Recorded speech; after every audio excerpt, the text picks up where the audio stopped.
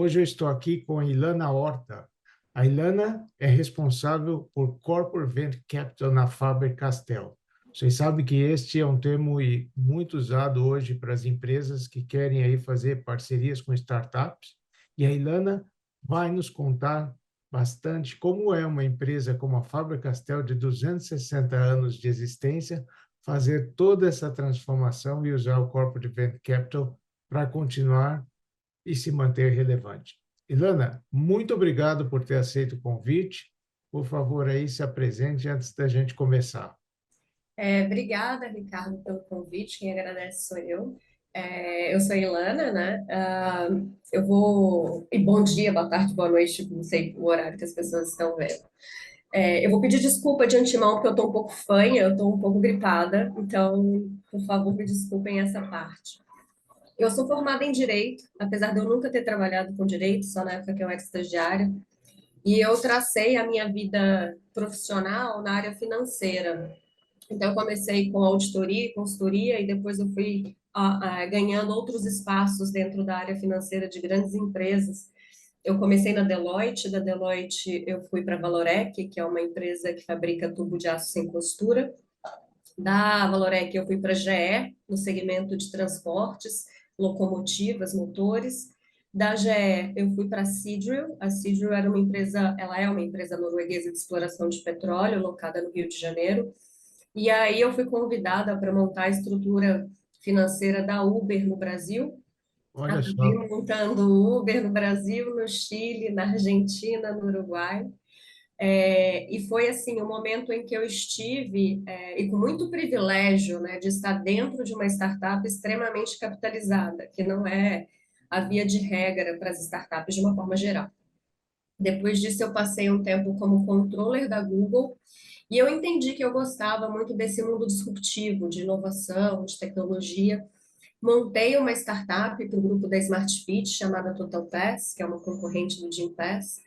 Nessa aham, época, eu já estava investindo na física como anjo de startups. Então, hoje eu trabalho indiretamente, né, obviamente, com 8 startups em segmentos diversos, alocando o meu capital na física, e faço parte de um grupo de anjos chamado Urca Angels, em que a gente olha todas as verticais de inovação de uma forma geral aqui no Brasil.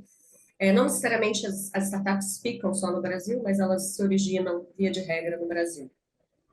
E aí eu fiquei completamente apaixonada por esse mundo, e há quase 2 anos atrás, a Faber-Castell me convidou para a gente montar a estrutura de Corporate Venture Capital.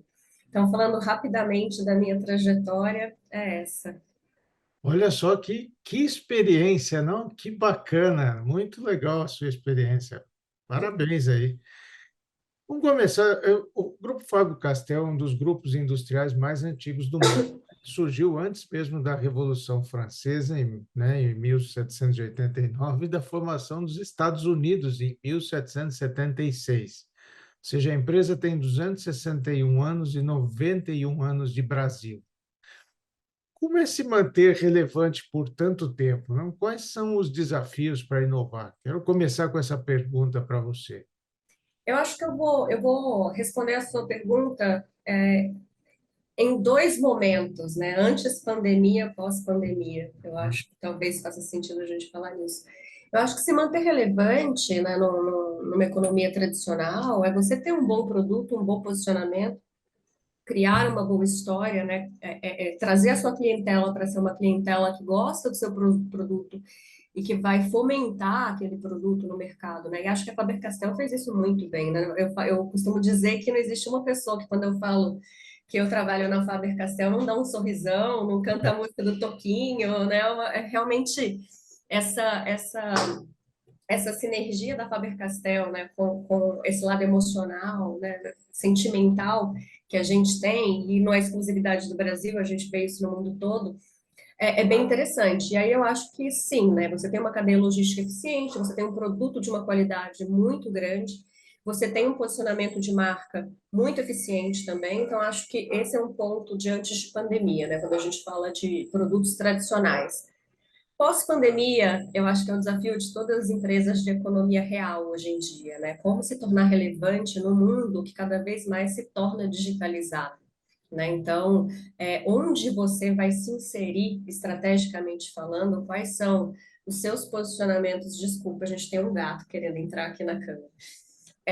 Parte. Como se inserir, né, nesse mundo não que essa mudança já não estivesse sendo prevista, ela já estava, né? A gente já falava uns 5 anos atrás sobre a quarta revolução industrial, mas ela acelerou muito, né, durante a pandemia. A gente viu 30% das pessoas consumindo via delivery, né, teve um boom. Então, assim, realmente ficou muito fácil de perceber e muito difícil de negar essa transformação do contexto social, né, econômico-social de um mundo. E aí eu acho que entra um pouquinho do que o Corporate Venture Capital dentro da Faber-Castell almeja.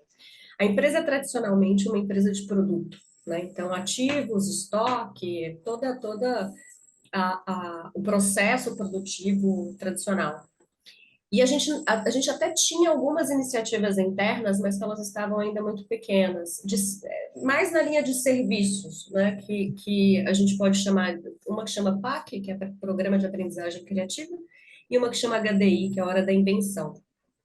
Todas as duas muito focadas, né, nessa força da marca da Faber-Castell, de trabalhar o desenvolvimento humano através da criatividade. Né? Quem não faz essa analogia de desenhar quando é, né, criança, enfim, ou até adulto mesmo, com os produtos da Faber-Castell. Então, a gente entende que o grande ativo da Faber-Castell, ele está muito relacionado de forma direta com essa questão de educação e criatividade. Então, nesse aspecto, a gente elegeu algumas teses de posicionamento para a Faber-Castell, nesse contexto de step-in, de entrar nesse mundo digitalizado. E aí o Corporate Venture Capital foi criado para a gente se aproximar desse contexto, focando em startups de educação e em startups de criatividade, que é onde a gente tem uma experiência muito longa, né? São quase 300 anos aí trabalhando nesse ambiente, e a gente consegue adicionar muito valor. Então, acho que é um paradigma para todas as empresas. Como é que vocês medem o sucesso dessa iniciativa, né? Que metas você tem para atingir? A gente tem algumas, né? Eu acho que quando a gente faz investimento, é óbvio que a gente está olhando para o retorno financeiro do seu capital. Acho que ninguém aporta, né? Mesmo que eu construir uma fábrica. Eu não vou ter um CAPEX sem entender que esse CAPEX vai ter um ROI em algum momento, né? Então, acho que todo mundo, né, que tem esse olhar de cesta de investimento está pensando em valorização daquela cesta. Mas, além disso, o que a gente acha mais importante, inclusive, é o aspecto estratégico desse investimento. Né? A gente olha para as startups pensando onde a Faber-Castell quer estar. Né? Então, assim, onde que daqui a 10, 5 anos, acho que até estou falando muitos anos, daqui a 3 anos, a velocidade está muito maior, como que a Faber-Castell quer ser reconhecida nesse mercado? Então, o que a gente faz? Além da gente trazer, né, a expertise o corpo executivo da Faber-Castell tem muito, né, especialmente nesse mundo escolar, onde as startups querem entrar, a gente também traz a possibilidade de criação de produtos em conjunto. Então, isso para a gente é o mais interessante, quando a gente consegue fazer uma parceria com as startups, colocando no mercado um produto ou um serviço conjunto. E aí, do aspecto de gestão, isso também é interessante para a companhia, por quê? Porque eu estou criando novas linhas de receita. Né? E talvez com um CAPEX inferior, talvez com um OPEX muito inferior. Então, a gente mede a execução, a quantidade de POCs, né, de MVPs que a gente faz junto com as startups, nesses negócios que a gente cria em conjunto. A gente mede, sim, a valorização do nosso capital. É óbvio que a maioria das vezes é uma estimativa, porque a valorização de uma startup ela só vem quando a startup faz uma chamada de capital, né? Ela abre uma rodada ou ela é vendida, então a gente faz um acompanhamento real, mas estimado. E a gente tem os nossos KPIs de performance, né? Quantidade de usuários ativos, enfim, aí é uma gestão tradicional de negócio. Você já diria, bom, já tenho lições para compartilhar, os benefícios que a gente consegue ou conseguiu atingir já com tão pouco tempo da iniciativa?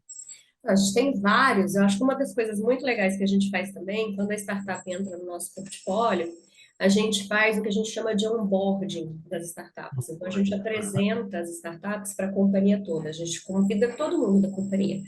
Isso é muito legal, porque entra naquele conceito que eu disse da gente trocar as experiências para contaminar positivamente todo mundo da companhia.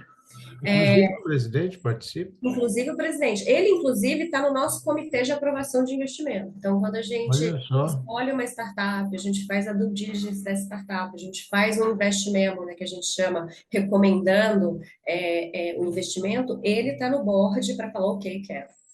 Então, ele realmente é uma peça fundamental. E, aliás, isso é até um ponto, Ricardo, que quem está querendo inovar, eu acho que é fundamental você ter essa chancela top-down, sabe? A liderança tem que estar contratada com essa iniciativa. Até porque, quando a gente fala de benefícios, eles não são de curtíssimo prazo.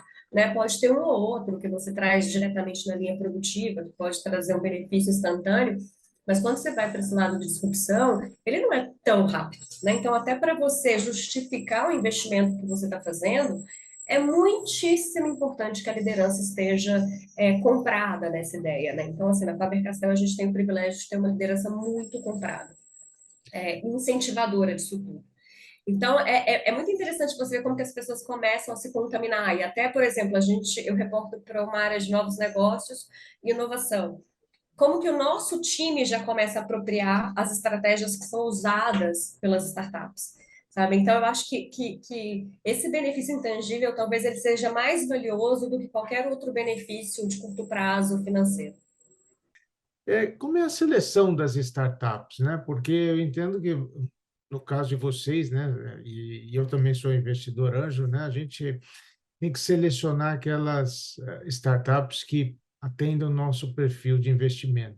Então, vocês têm que achar uma startup que sobre educação, né, voltada para a educação e que, além disso, transforma a vida das pessoas por criatividade. Então, imagino que essa seleção não seja fácil, né? Como é que vocês fazem essa triagem aí? A gente tem alguns critérios, assim, em relação ao estágio de maturidade da startup, né? A Faber-Castell, obviamente, a gente está falando de um investimento institucional. Então, por exemplo, eu sou muito mais cuidadosa com os investimentos da Faber do que os meus, para ser bem sincera, né? Porque eu estou falando de um board, eu estou falando de um capital de terceiro. A gente tem alguns fatores que a gente olha em relação a time, por exemplo, a gente não investe em empreendedor solitário, né? Normalmente a gente gosta de que existam sócios, a gente não investe na ideia, então a startup já tem que ter o MVP provado, já tem que ter um certo nível de receita recorrente para a gente olhar. Fora esses critérios, a gente olha em relação à estratégia. A estratégia da startup vai na mão do que é a estratégia da companhia, né? É onde a gente gostaria de estar. A gente consegue adicionar valor para a startup também, a gente acha muito importante a gente fazer esse filtro, se nós temos ativo também para startup, não só a startup para a companhia, mas a companhia para a startup também. O E aí, famoso smart money, né? exatamente, porque senão é melhor pegar o dinheiro de qualquer VC, né? Enfim, coloca no bolo, vai te dar um retorno XPTO e é isso, vida que segue. Então, a gente realmente gosta de fazer a diferença na vida das startups e o contrário também, né? É um jogo de ganha-ganha. Então, a Claro. gente tem alguns critérios que a gente olha, a gente tem investido em seed, Series A. De novo, como a gente está fazendo esse novo posicionamento de mandato, né, para olhar startups globais, a gente meio que revê isso o tempo inteiro, para ver se a gente está condizente com o mercado em que a gente quer entrar também. E é um pouco disso. Então, assim, o bom da gente falar em criatividade na educação é que hoje praticamente tudo é criativo, né? Vindo da pandemia, se não é o modelo, é a solução, é a forma. Então, assim, a É criatividade verdade. está muito inerente hoje na nova forma de se aprender e ensinar. Então, isso não tem sido, de forma alguma, uma restrição, muito pelo contrário. Acho que tem sido meio que uma condição. E tem sido muito interessante mesmo, sabe? Aprender, entender as tendências, mas o nosso olhar é mesmo esse, é entender assim, se a startup já está um pouco validada, a gente, óbvio, né? A gente acha fundamental a gente analisar o time, né? A gente acredita muito na capacidade do time dele pivotar se ele tiver que pivotar, né? Então a gente analisa bastante o time, a complementariedade dos membros do time, e é um pouco isso.